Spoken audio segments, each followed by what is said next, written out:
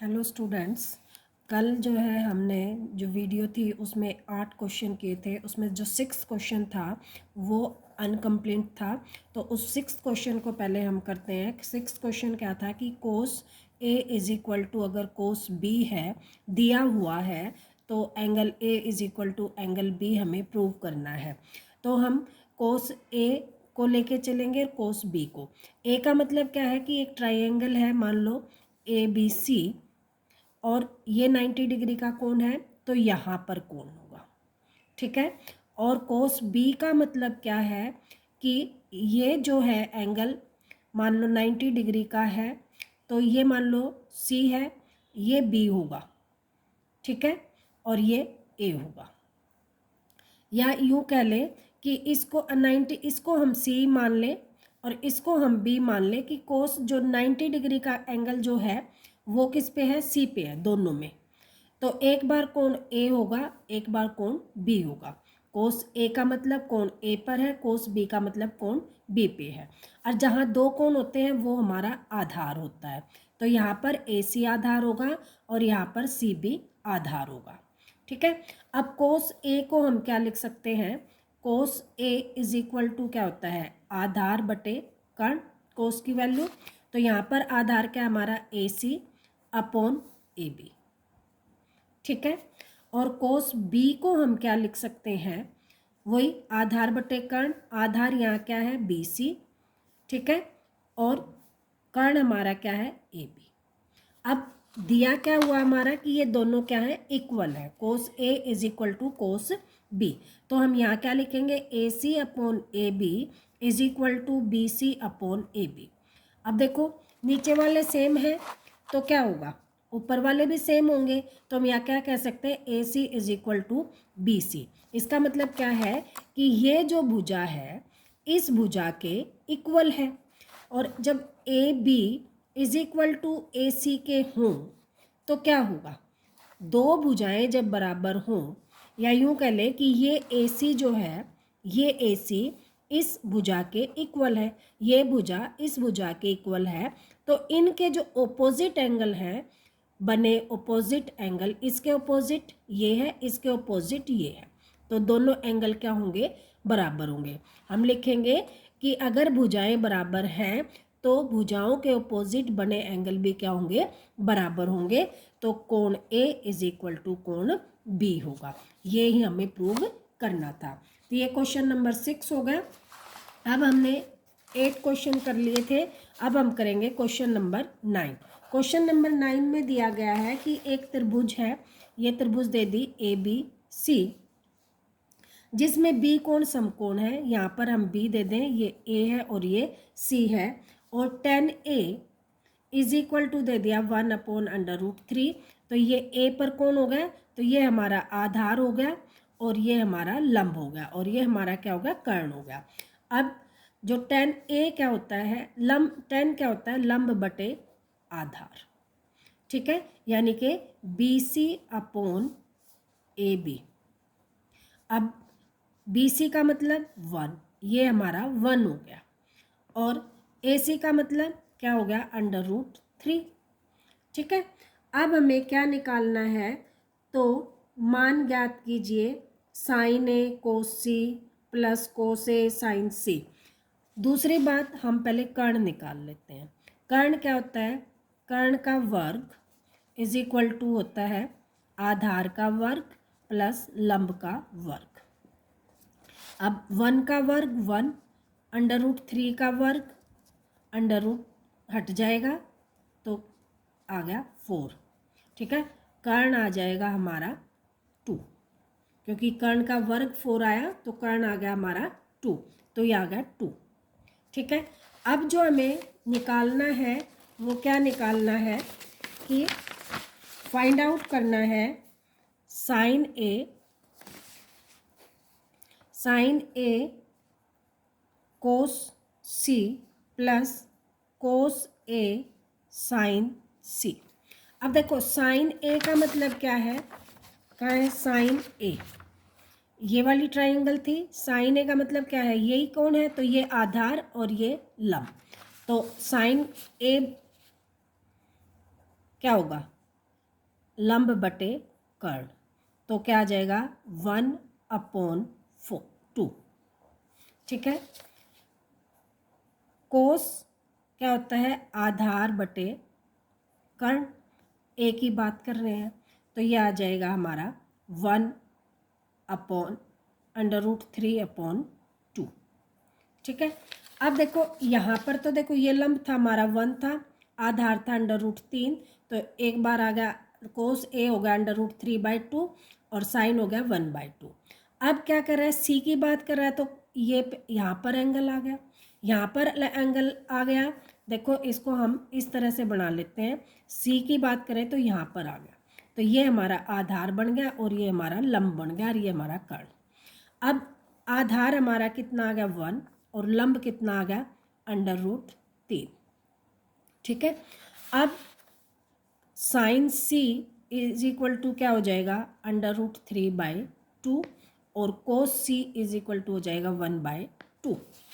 अब यहाँ पे रखेंगे value, sine A 1/2, cos C 1/2 plus √3/2 into √3/2, तो ये आ गया 1/4 प्लस √3 इंटू √3 क्या होता है 3/4, तो आंसर आ गया 4/4, 1 आंसर आ जाएगा। ठीक है। आई होप ये क्वेश्चन आप लोगों को समझ में आ गया। इसका ही जो है सेकंड पार्ट में हमें फाइंड आउट करना है कोस ए कोस सी माइनस साइन ए साइन सी। अब देखो ये चीज़ें तो हमने निकाल ली, अब वैल्यू रखनी है, cos A √3/2, cos C √1/2 minus sine A 1/2, sine C √3/2, तो अभी ये आ गया √3/4 minus √3/4, cancel is equal to 0। इसके सेकंड पार्ट का आंसर आ गया 0। ठीक है। नेक्स्ट जो क्वेश्चन है इसमें दिया गया है कि एक त्रिभुज है PQR। 10th क्वेश्चन, त्रिभुज है PQR जिसमें Q कोण समकोण है, ये आ गया Q, तो PQR। ठीक है। और दिया क्या हुआ है कि PR plus QR is equal to 25 centimetre और PQ is equal to 5 centimetre. ठीक है। निकालना है sine P cos P and tan P, ये तीन चीज़ें फाइंड आउट करनी है। अब देखो PR ये वाली भुजा है, ठीक है, और QR ये वाली भुजा है, और दोनों का जोड़ दे दिया 25 और PQ दे दी 5 सेंटीमीटर, ये तो होगी 5 सेंटीमीटर। इसको हम मान ले x, तो ये क्या बच जाएगी 25 माइनस x। क्या किया हमने, QR को मान लिया हमने x, यहाँ लिखेंगे QR is equal to x, तो देखो PR plus x is equal to क्या आ गया 25, तो PR इज इक्वल टू क्या आ जाएगा 25 माइनस x, ये आ गई। ठीक है। अब क्या करना है, हमें फाइंड आउट करनी है x की वैल्यू, x की वैल्यू हमें निकल जाएगी तो PR की वैल्यू भी आ जाएगी। तो इसको कैसे करेंगे कि वही कर्ण का स्क्वायर यानी कि PR का स्क्वायर इज इक्वल टू हो जाएगा PQ का स्क्वायर प्लस QR का स्क्वायर। अब 25 माइनस x का स्क्वायर इज इक्वल टू आ गया किसका PQ क्या है 5 का स्क्वायर प्लस x का स्क्वायर। अब इसको खोल लेंगे तो इसमें फार्मूला लग जाएगा a माइनस बी का स्क्वायर वाला, क्या होता है a स्क्वायर यानी कि 25 का स्क्वायर प्लस बी स्क्वायर यानी कि x का स्क्वायर माइनस 2 इंटू में a इंटू में b इज इक्वल टू आ जाएगा 25 प्लस x स्क्वायर। अब यहाँ से आ जाएगा 625 plus x square minus 50x is equal to 25 plus x square. देखो यहाँ भी प्लस का x है, यहाँ भी प्लस का x है, एक्स स्क्वायर से एक्स स्क्वायर कैंसिल। अब इसको खोल लेते हैं कि 25 -25 इज इक्वल टू, इसको इधर ले आएंगे, ये माइनस का है तो किसका हो जाएगा, प्लस का 50x। तो यह आ जाएगा 600 बराबर में 50x। x is equal to क्या आ जाएगा 60/50, 0 से 0 कैंसिल, इससे करेंगे तो 5 एकम 5, 5 दूनी 10, यानी कि x की वैल्यू आ गई 12। अब x की वैल्यू 12 आ गई और ये क्या आ गया 25 माइनस 12, यानी कि हम ये कह सकते हैं QR इज इक्वल टू 12 और PR इज इक्वल टू क्या आ जाएगा 25 माइनस 12, यानी कि 13। हमारी वैल्यू आ गई, QR भी आ गई, PR भी आ गई, ठीक है। अब ये आ गई 12, ये आ गई 13। अब हमें क्या फाइंड आउट करना है वो चीज़ देखते हैं। फाइंड आउट करना है साइन P, यानी कि ये वाली चीज़। अब ये हमारा क्या बन जाएगा आधार और ये हमारा क्या बन गया लंब। अब साइन P क्या होगा लंब बटे कर्ण। अब लंब हमारा कितना है 12, कर्ण कितना है 13, तो साइन P आ गया हमारा 13/12। उसके बाद निकालना है कोस P। कोस P क्या आ जाएगा आधार बटे कर्ण, यानी कि 5/13, ठीक है। उसके बाद निकालना है टेन P।